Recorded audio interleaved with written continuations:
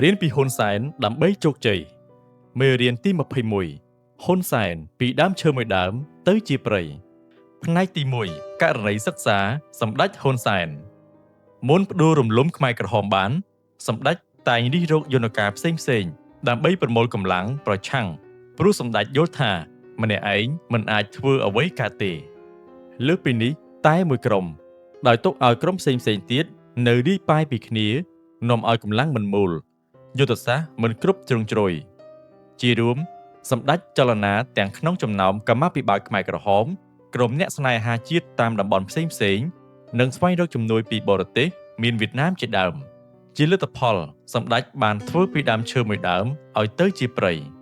ក្រោយរំដោះ7មករា1979បកប្រជាជនបដិវត្តន៍ក្តីនិងសម្ដេចហ៊ុនសែនខ្លួនឯងក្តីត្រូវពន្ធរែកការងារសំខាន់3ទី1ការពារកុំឲ្យខ្មែរក្រហមដណ្ដើមអំណាចបានវិញទី2កសាងកម្លាំងបកទី3កសាងកម្លាំងកម្មាភិបាលតាមមូលដ្ឋានដើម្បីអភិវឌ្ឍប្រទេសសម្ដេចហ៊ុនសែនសរសេរថាចំណុចសំខាន់នៃប្រទេសយើងគឺត្រូវកសាងបកនិងរដ្ឋអំណាចពីលើចុះក្រោមអាស្រ័យដោយមានយើងមានជួរកម្មាភិបាលតិចពេកបកជនមានតែជាង200នាក់ប៉ុណ្ណោះដែលយើងរៀបចំបានតែនៅមជ្ឈិមនិងថ្នាក់ខេត្តក្រុងពលគឺស្ថាប័ននៅមជ្ឈិមនីមួយៗមានកម្មាភិបាលតិចតួច2ឬ3នាក់ជាបង្គោលហើយខេត្តក្រុងមានកម្លាំងបង្គោលបន្ថែមទៅដោយកងទ័ព1ទៅ2កងវរៈសេនាតូចឯថ្នាក់ស្រុកនិងឃុំមានចន្លោះប្រហោងស្ទើរតែទាំងស្រុងពេលនោះបកយើងបានរៀបចំនៅក្រុមប្រតិបត្តិការនៅថ្នាក់ស្រុកដោយមានទាំងស៊ីវិលនិងកងទ័ពធ្វើភារកិច្ចវាយខ្មាំងផងចលនាចាត់តាំងប្រជាជនផងនិងដើរតួនាទីជារដ្ឋអំណាចថ្នាក់ស្រុកផងក្រុមប្រតិបត្តិការនេះបានដំណើរការរៀបចំឡើងនៅរដ្ឋអំណាចថ្នាក់ឃុំឯចំណែកថ្នាក់ភូមិមានកន្លែងមួយចំនួនត្រូវក្រុមប្រតិបត្តិការរៀបចំឬឃុំរៀបចំបន្តឯកន្លែងមួយចំនួនទៀតត្រូវប្រជាជនជ្រើសរើសដោយខ្លួនគេដែលបង្កនៅភាពងាយស្រួលជាច្រើនដល់រដ្ឋអំណាចខាងលើក្នុងរយៈពេលមិនយូរប៉ុន្មានខ្សែរយៈនិងរចនាសម្ព័ន្ធរដ្ឋអំណាចបានកើតឡើងជារូបរាងនៅទូទាំងប្រទេសបកយើងបានដាក់ចេញនៅគោលការណ៍ដែលចាត់ទុកជាគន្លឹះចាំបាច់និងបន្ទាន់បំផុតគឺការកសាងបកនិងជួរកម្មាភិបាលគ្រប់ផ្នែក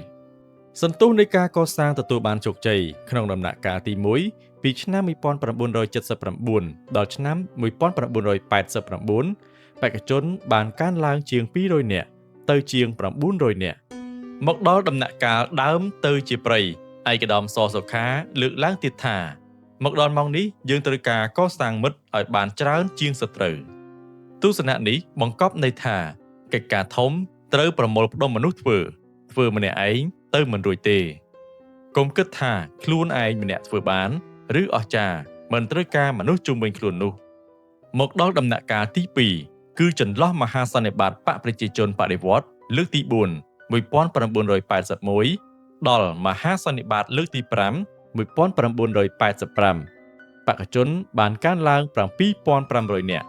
ត្រឹមត្រីមាសទី3ឆ្នាំ1988បកជនបានកើនឡើងជាង 22,000 នាក់ដែលមានជីវភាពនៅសាខាបកជិត 3,000 នាក់ដែលក្នុងនោះមានសាខាបកនៅឃុំជាង 1,000 សាខានិងស្រុកខណ្ឌស្ទើរទាំងអស់មានគណបកផ្នែកទី2ទស្សនៈសិក្សាតាមទស្សនៈសាមកុកកាលណាដើមឈើមួយដើមនៅហាលវាលនិងរងខ្យល់ភ្លៀងឥតឈប់ឈរជូកលៀងក្នុងរឿងសាមកុកនិយាយថាដើម្បីកុំឲ្យរងខ្យល់ព្យុះភ្លៀងមានមធ្យោបាយ2ទី1លះមែកឈើនោះខ្លះដើម្បីកុំឲ្យប៉ះខ្យល់និងកុំឲ្យយល់ដើមទាំងមូលរលំដួល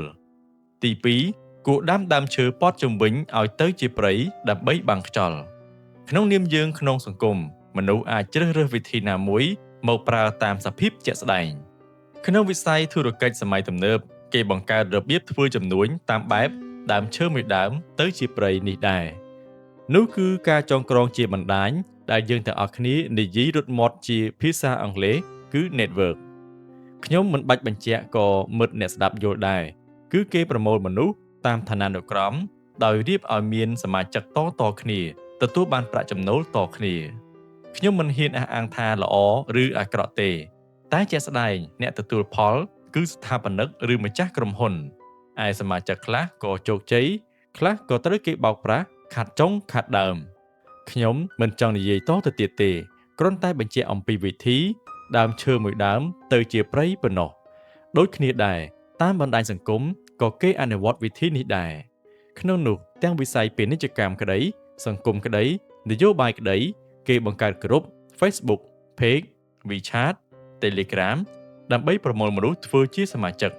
បន្ទាប់មកស្ថាបនិកអាចធ្វើសកម្មភាពតាមផែនការឬវត្ថុបំណងដែលគេគ្រោងទុកដូចជាលក់ផលិតផលផ្ដល់សេវាសារនយោបាយបញ្ហាសង្គមចែករំលែកចំណេះដឹងនិងក្នុងបំណងចងក្រងមិត្តភាពជាដើមអ្នកមានរក្សាខ្សត់ដោយសម្ពុតពាន់ពីក្រៅអ្នកប្រាជ្ញរក្សាខ្លៅដោយសំពៅពឹងសំប៉ានយើងមានមិនមែនមានតែឯងទេយើងមិនអាចរស់នៅតែឯងបានទេគប្បីរស់នៅជាមួយមនុស្សដទៃទៀតជាសមូហភាពដោយរាប់រកអ្នកដទៃឲ្យបានច្រើន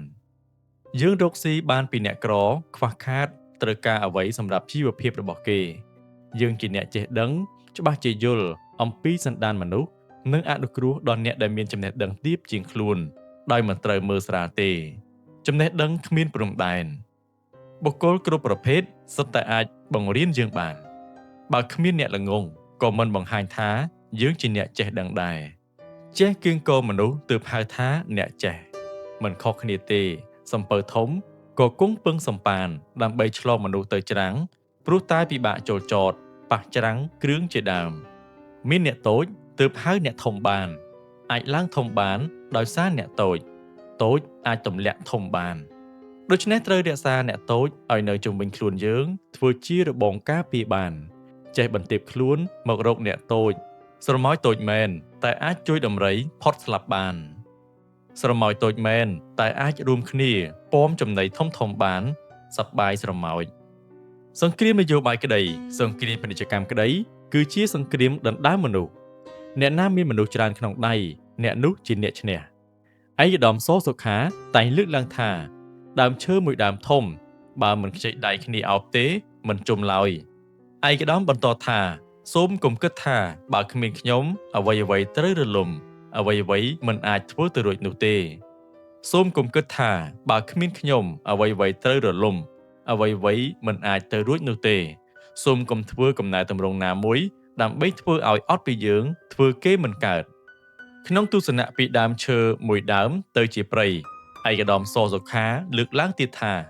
មកដល់ម៉ោងនេះយើងត្រូវការកសាងមិត្តឲ្យបានច្រើនជាងសត្រូវទស្សនៈនេះបង្កប់ន័យថា